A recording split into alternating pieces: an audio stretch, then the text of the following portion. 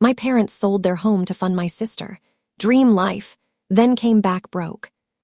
I was in the middle of a Zoom meeting when my mother called. 3 times. She never called during work hours unless it was dramatic. And with my family, it was always dramatic. I muted myself and answered. "Lily," she said breathlessly, like she'd just run a marathon. "We did it." I leaned back in my chair. "Did what?" "We sold the house." Silence filled my apartment. The house. The only stable thing in my entire childhood. "You what?" I asked, thinking maybe I misheard. "We sold it," she repeated, excitement bubbling in her voice. "Full asking price, actually above asking. The market is insane right now." In the background, I could hear my sister Ava laughing. That light, carefree laugh she always had, the one that made people instantly adore her. I swallowed. "Why would you sell the house?"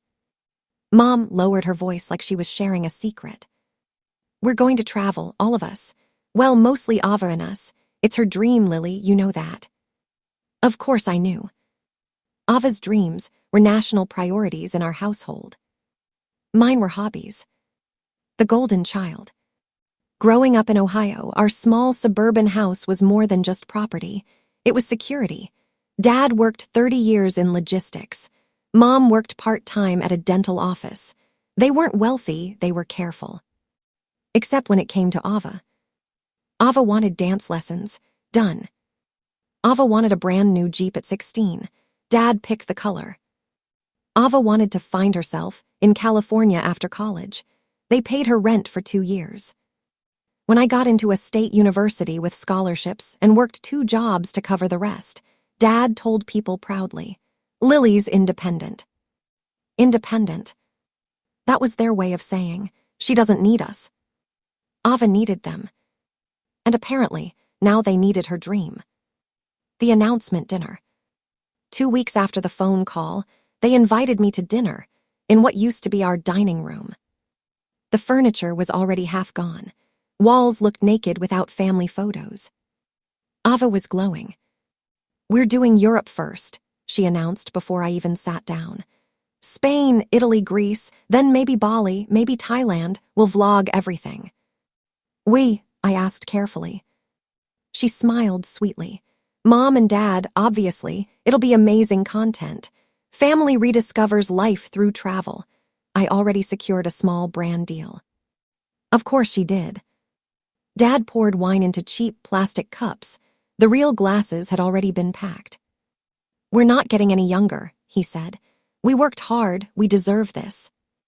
"In the house?" I asked again. Mom waved her hand.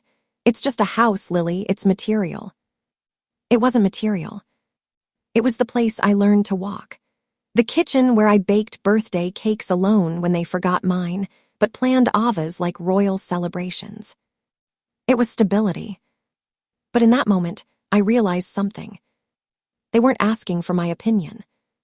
They were announcing their decision. The goodbye. The day they handed over the keys, I drove by without stopping. A strange family stood in the driveway, taking selfies.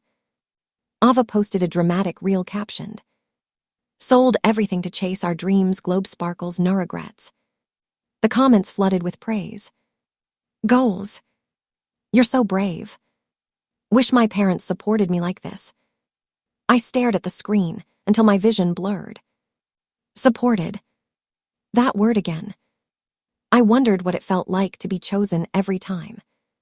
The first 6 months. At first, everything looked perfect. Santorini sunsets. Venice gondolas. Beach yoga in Bali.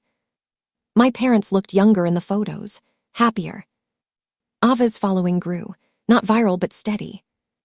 Every few weeks Mom would text, "Living our best life. Wish you were here. Don't work too hard." I always replied politely. I didn't mention that I had just gotten promoted to senior project manager at 28. I didn't mention I'd bought my own condo. No one in my family ever asked about my milestones. Ava posted one crying selfie about overcoming fear and got 12,000 likes. I closed Instagram. The cracks. Month 8 was when the tone shifted. Mom's messages became shorter. Ava stopped posting daily. One night, Dad called. "Hey, Lil," he said casually, too casually. "Quick question." That tone meant money. "How, Thailand?" I asked. "It's good. Listen, we're thinking of investing in Ava's channel. She's close to something big. We just need a little boost." I closed my laptop slowly. "How much?" There was a pause. 50,000. I actually laughed. "Dad, you sold your house." "It's temporary," he insisted. "Ad revenue hasn't hit yet. Sponsorship payments are delayed." "And your retirement savings?" Another silence. My stomach dropped. "You used it," I whispered. "It's an investment in family." Family. That word always meant Ava. "No," I said calmly. "I'm not funding this." He sighed, disappointed. "You've always been so rigid." Rigid? Because I didn't gamble my future. "I have to go," I said. And I hung up. 1 year later. The call came at 11:47 p.m. I almost ignored it. But something told me not to. Mom was crying. "We're coming home." "Home where?" I asked quietly. A shaky breath. "We ran out of money." The words hung in the air like smoke after a fire. Apparently, the brand deals weren't stable. Travel was more expensive than planned. Visa issues.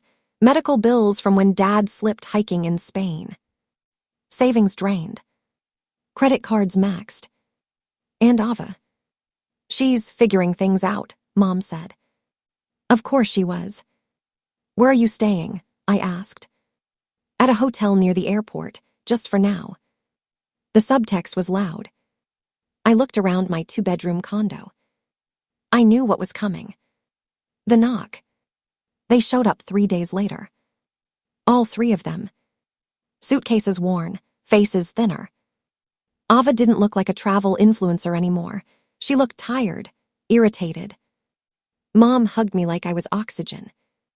Dad avoided eye contact. "We just need a place for a few weeks," Mom said quickly, "until we get back on our feet." Ava rolled her eyes slightly. "This city is so boring," she muttered. Something inside me shifted. For the first time in my life, they were standing in my space. My furniture. My success. My stability. And they needed me. I stepped aside. "You can stay," I said evenly, "but we need rules." Dad blinked, surprised. "Rules?" "Yes," I said. "You'll contribute, you'll look for jobs, and this isn't permanent." Ava scoffed. "We're family." I looked directly at her. Exactly.